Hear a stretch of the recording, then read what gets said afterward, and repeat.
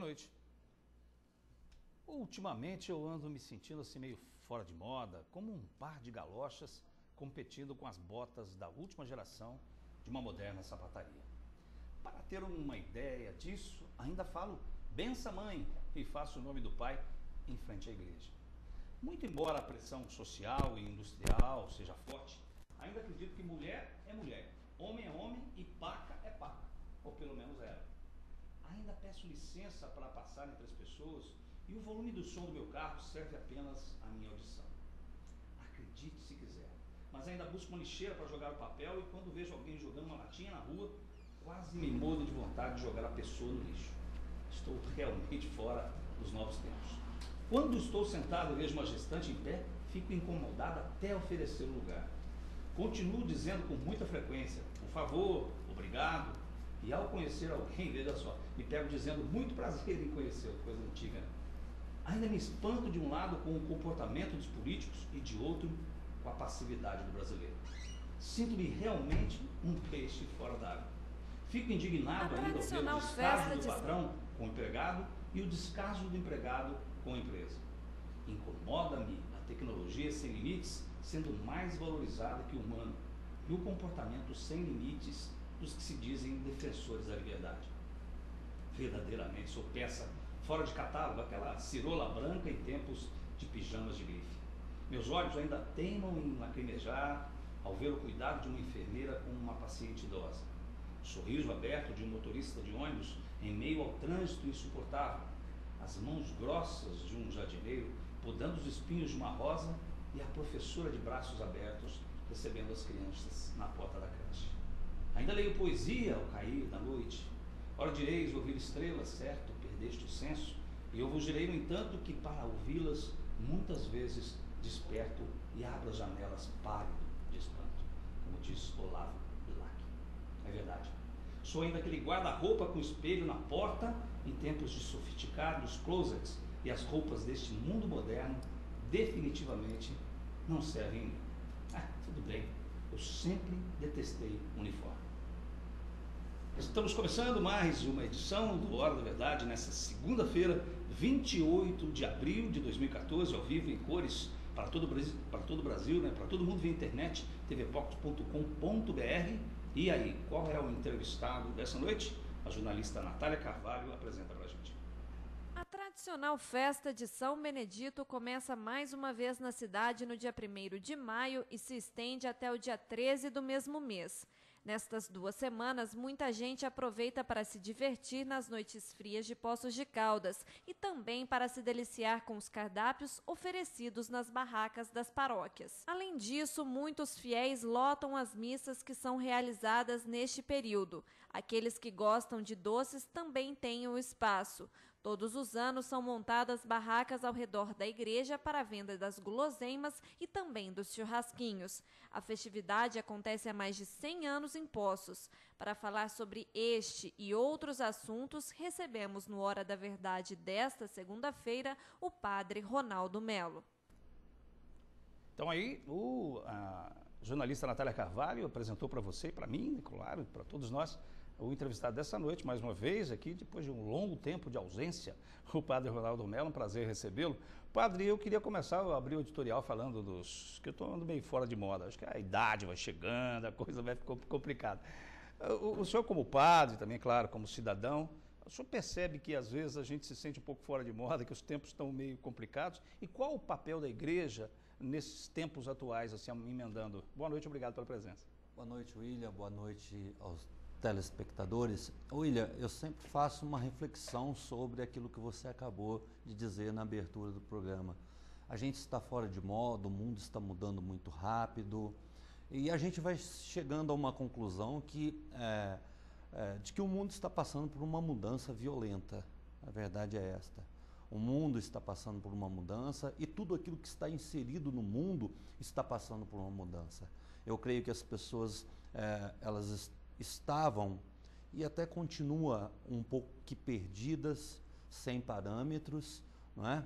Então eu acredito que o ser humano ele passou, está passando, eu acredito que está saindo já, mas ele estava um pouco à deriva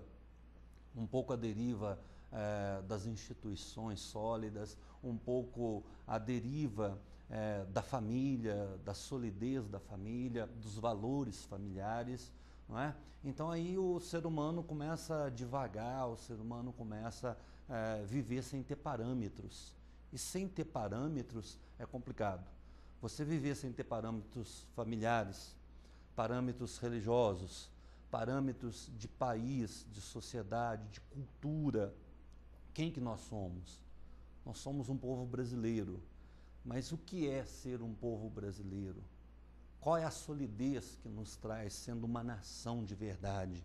Não só apenas um país geográfico, mas uma nação de verdade. Depois, dentro dessa nação, eu tenho uma família com tradição. A tradição que eu falo são os valores familiares, não é? Então, quando você não tem esses portos seguros para você atracar, para você ancorar, fica um pouco complicado. Então, eu acredito que a humanidade está passando por um momento um pouco delicado nesse sentido. Os parâmetros que foram ficando para trás, né? A gente vendo você aí falar dos valores que está fora de moda, eu me enquadro também nesse fora de moda, porque eu aprendi esses valores na minha casa, com os meus avós, com os meus pais, e não gostaria de perdê-los. Eu faço questão de continuar com eles. Eu também faço questão e é claro que a gente vê muitos jovens ainda fazendo isso. Eu acho que são questões tradicionais, mas eu acho que são importantes no sentido do respeito, né? No sentido de você valorizar, por exemplo, as pessoas mais velhas que ainda permanecem ao seu lado, né? Que são tão importantes para a nossa sociedade. Agora, o senhor disse aí que isso já está um pouco, já estamos vivendo uns novos tempos. O senhor falou um pouco de esperança. O senhor está acreditando que já está ficando um pouco para trás isso, que nós estamos recuperando os valores. O senhor acredita nisso? Eu acredito firmemente nisso, William, porque há muito tempo a gente via que essas questões, elas estavam, sobretudo na Europa, e a gente vê que o pessoal passou por um período muito duro, muito complicado, na Europa, de aversão à família, ao apego exagerado às coisas materiais, ao dinheiro, e aí entrou numa crise danada, e as pessoas elas foram percebendo que os valores religiosos, os valores cristãos, né, é muito importante, e o pessoal, a gente percebe que eles estão voltando. Então a gente olha com esperança. Nós aqui também estamos acordando para essa realidade, que o ser humano sem esses valores familiares, o que nós somos? Nós vivemos perdidos, nós vivemos à deriva, nós somos extremamente vulneráveis. O ser humano sem esses valores, esses valores familiares que mantêm a família, nós somos totalmente vulneráveis. E talvez seja isso que o grande consumismo quer, né? Na verdade é isso. O grande consumismo quer, as pessoas que estão por trás do consumismo exagerado, exacerbado, talvez o intento deles seria isso, a desestruturação da família, para que a família busque no consumo o saciamento das suas carências, das suas mazelas, mas a gente sabe que é tudo fantasia, é tudo uma mentira. A gente realmente só vai conseguir preencher a nossa vida com a família e com Deus. Por falar nisso, e hoje até, né, a gente ficou sabendo aí, eu acho que é uma notícia muito alvissareira para a Igreja Católica, principalmente foi essa questão da canonização do Papa João Paulo II e do João XXIII. Não é isso? Aliás, a gente vai falar sobre isso também, a questão de locais que o senhor recentemente inaugurou, que a gente vai comentar. Mas a gente viu a Igreja Católica também passar por um momento, por exemplo, com o Papa Bento, né, depois passando aí para lá atrás, né, com João Paulo, Papa Bento e agora o Papa Francisco, né?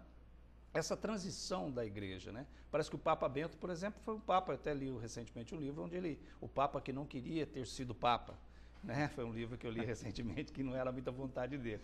E agora a gente chegou ao Papa Francisco. Essa passagem, como é que o senhor vê hoje o trabalho do Papa Francisco, principalmente, nesses novos tempos da Igreja? Olha, quando a gente olha para o Papa Francisco, ele nos remete a João 23.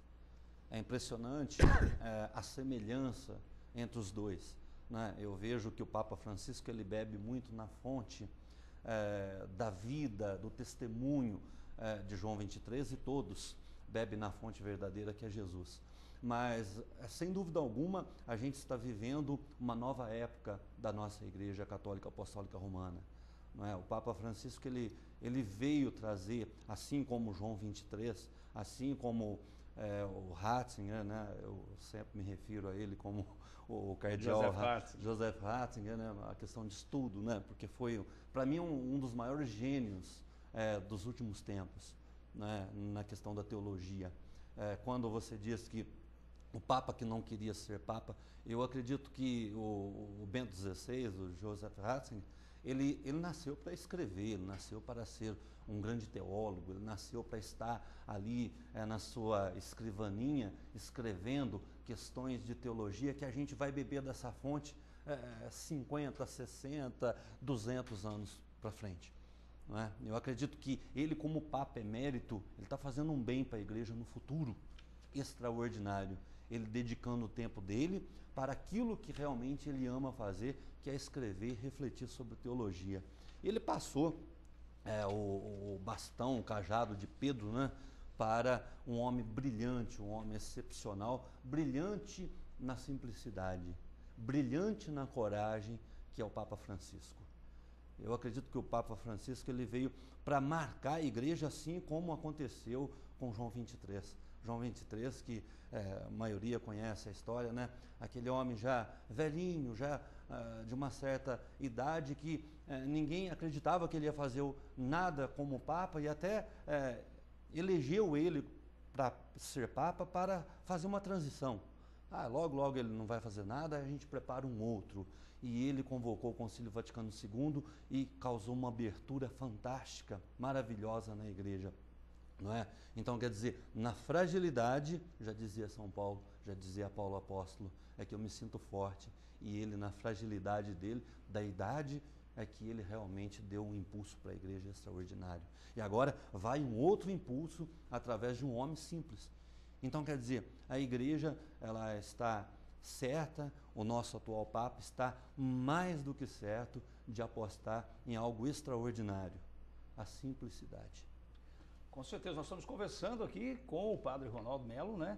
Já a gente vai estar comentando aqui sobre essa festa tão tradicional em Poços de Caldas, que é a festa de São Benedito. Mas antes eu queria saber, uma pergunta para o Padre Ronaldo responder após o intervalo, com relação a esses novos locais. A gente falou tanto do João Paulo, né? Do João Paulo II e também do Papa João 23, e parece que, né, foi recentemente inaugurado os locais aí que existem exatamente com esses nomes, foram inaugurados com esses nomes. Já a gente vai saber mais detalhes sobre isso aqui no Hora da Verdade essa noite, com a sua participação, com certeza, pelo 37216955, jornalismo@tvpox.com.br. Até já.